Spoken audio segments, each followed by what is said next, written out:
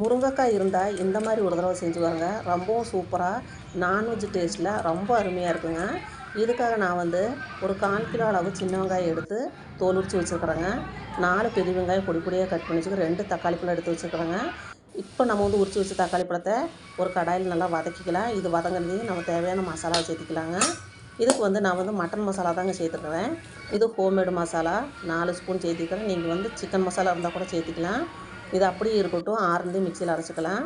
இப்போ ஒரு கடாய் அடுப்பில் வச்சுக்கலாங்க. எண்ணெய் ஊற்றி கடுகு போட்டு கடுகு உரிஞ்சதையும் அந்த வெங்காயத்தை நல்லா வதக்கிக்கலாங்க. அந்த பெரிய வெங்காயம் நல்லா வதங்கி 1 ஸ்பூன் அளவு பெரிய ஸ்பூனு 1 ஸ்பூன் அளவு இஞ்சி பூண்டு பேஸ்ட் சேர்த்துக்கலாம். நல்லா வதங்கட்டும். இப்போ வதங்கினே அரைச்சி வச்சுருக்கிற தக்காளி பழத்தையும் சேர்த்து நல்லா கிரேவி கூட வர மாதிரி வதக்கி விட்டுக்கலாம். இப்போ நம்ம எடுத்து வச்சுருக்கிற முருங்கைக்காயை போட்டு தேவையான உப்பு போட்டுக்கலாங்க. வதக்கி வச்சுருக்கிற வெங்காயம் இவங்களையும் சேர்த்துக்கலாம். நல்லா கலந்து விட்டு தண்ணி தேவையான அளவு ஊற்றிக்கலாங்க.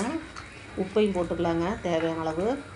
நல்லா கலந்து விட்டு மீடியம் ஃப்ளேமில் ஒரு 20லேருந்து 25 நிமிஷம் அப்படியே நம்ம லோ ஃப்ளேமில் கொதிக்க விட்டுறலாம்.